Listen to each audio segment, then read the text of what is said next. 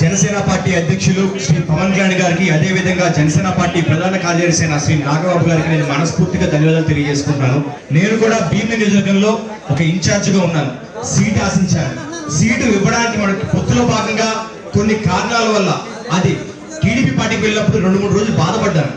కానీ నిజంగా ఇక్కడికి వచ్చి పని చేశాక అక్కడ నాకు కనుక సీటు ఇచ్చి ఉంటే ఇక్కడ నేను ఎందుకు లేదని చెప్పి అక్కడ బాధపడేవాడిని. అలా లేకుండా నాకు పిఠాపురంలో ఒక మంచి ఎలక్షనీరింగ్ అనే కోఆర్డినేటర్ గా నన్ను నియమించినందుకు, నన్ను నమ్మినందుకు నా అధ్యక్షులు నా గురుదేవైన పవన్ కళ్యాణ్ గారికి, అదే విధంగా ఇక్కడ ఉండి నువ్వు చెయ్యి నేను చూసుకుంటానని చెప్పి నాకు ధైర్యం ఇచ్చిన శ్రీ నాగబాబు గారికి, అజయ్ గారికి, మర్రెడ్డి శ్రీనివాస్ గారికి, మైదర్ అన్నకి, అదే విధంగా ముందు గాజువాకలో గత ఎన్నికల్లో మేము తప్పు చేశాం. అంటే అప్పుడు కూడా ప్రజలు పవన్ కళ్యాణ్ గారికి ఓటేయడానికి సిద్ధంగా ఉన్నారు. కానీ వాళ్ళని బూత్ వరకు తీసుకొచ్చి బూత్ లో సక్రమమైన ఎన్నికలు జరగడానికి మాకు ఒక ప్రక్రియ లేకపోవడం వల్ల మేము తప్పు చేశాం. దాన్ని నేను అర్థం చేసుకుని దాదాపు 50 మంది బూత్ ఏజెంట్లతో మాట్లాడి గాజువాకలో ఆ తప్పుని సరి చేసుకుని ఇక్కడ ఏ విధంగా మనం ఉండాలి, ఓటు వేయడానికి వచ్చే ఓటర్ని స్వచ్ఛందంగా మనసులో ఉన్న గుర్తుకి ఓటేసే విధంగా మనం ఎలాంటి వాతావరణం క్రియేట్ చేయాలని చెప్పి దాన్ని స్టడీ చేసి మీ అందరికీ నేను చెప్పడం జరిగింది.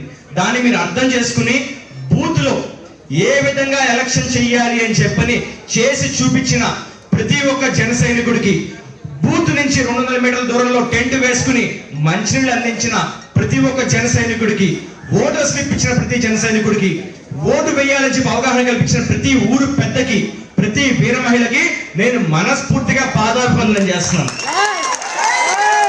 ఓటర్లు ఎప్పుడూ ఉన్నారు జనసేన పార్టీకి వేయడానికి, కానీ ఓటు వేయించే ప్రక్రియ అనేది ఈ రోజు మనం అర్థం చేసుకున్నాం.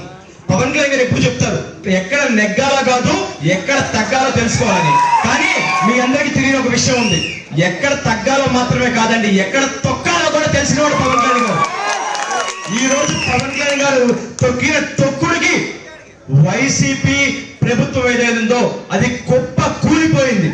వాళ్ళ నోట్లోంచి ఓటమి భయంతో మాటలు బయటకు వస్తున్నాయి. నిజంగా ఎర్ర తుండు చూపించి మొత్తం పిఠాపురాన్ని ఎరుపెక్కించి వైసీపీకి పిచ్చెక్కించిన ప్రతి ఒక్క జన సైనికుడికి, వీర మహిళకి, ఆఖరికి వయసుతో సంబంధం లేకుండా చిన్న పిల్లవాడి నుంచి పెద్దవాడి వరకు కూడా. ఎందుకంటే మనం ఎక్కడ కూడా రూల్స్ అతిక్రమించలేదండి. పార్టీ కండువా గాని, పార్టీ సింబల్ గాని, పార్టీ అధ్యక్షుడి పేరు గాని, లేదు పార్టీకి సంబంధించిన సింబల్ గాని చూపిస్తే అప్పుడు తప్పు. కానీ ఎర్రతుండు అనేది నాగబాబు గారు చెప్పినట్టు ఒక శ్రామికుడికి చిహ్నం, ఒక సామాన్యుడికి చిహ్నం. చెమట పడితే ఆ చెమట సేద్యం అనేది ఎర్రతుండు పీల్చుకుంటుంది. పవన్ కళ్యాణ్ గారు ఏ విధంగా అయితే మీ బాధల్ని పీల్చుకుంటున్నారో ఆ ఎర్రతుండు కూడా ఆ విధంగానే మీ చెమటని పీల్చుకుంటుంది. కాబట్టి రేపు ఒకటే చెప్తున్నాను, మీరందరూ మీ పవన్ కళ్యాణ్ గారి కోసం చెమట చిందించారు. రేపు మీకోసం పవన్ కళ్యాణ్ గారు రక్తం చిందించడానికి కూడా వెనకాడని మేము చేస్తున్నాం. కాబట్టి ఈ అవకాశం నాకు ఇచ్చినందుకు, ఇంత అద్భుతమైన సమయాన్ని మాకు ఇచ్చినందుకు, మీకు ఈ రోజు భోజనం దొరకక కాదండి, కానీ మా బాధ్యత. నాగబాబు గారు ఒకటే చెప్పారు, ఎలక్షన్ అయిపోయిన వెంటనే వెళ్ళిపోవడం కాదు, మనం ఉండాలి. ఉండి అధ్యక్షులు పవన్ కళ్యాణ్ గారు సూచించిన విధంగా మన కోసం బూతులో కష్టపడిన ప్రతి ఒక్కరికి ఆ రోజు మనం భోజనం అందించామో లేదో పక్కన పెడితే, ఈ రోజు నేను అందించాలి అని చెప్పని స్వయంగా ఆయనే తయారు చేపించి పవన్ కళ్యాణ్ గారి తరపున భోజనం తీసుకొచ్చారు. అది నిజంగా నేను ఒకటే చెప్తాను, తిరుపతి హుండీలో ఏ విధంగా అయితే మొక్కుకుని మనం ముడుపులేస్తామో అంతే పవిత్రతతో పిఠాపురం ప్రజలు మొక్కుకుని మరి బ్యాలెట్ మీద ఓట్లు వేశారు. ఏ ఓటు వేస్ట్ కాదు, ప్రతి ఓటు కూడా సీలేసి మరి లోపల ఉంది. 4వ తారీఖున మిగతా విషయాలు మాట్లాడుకుందాం.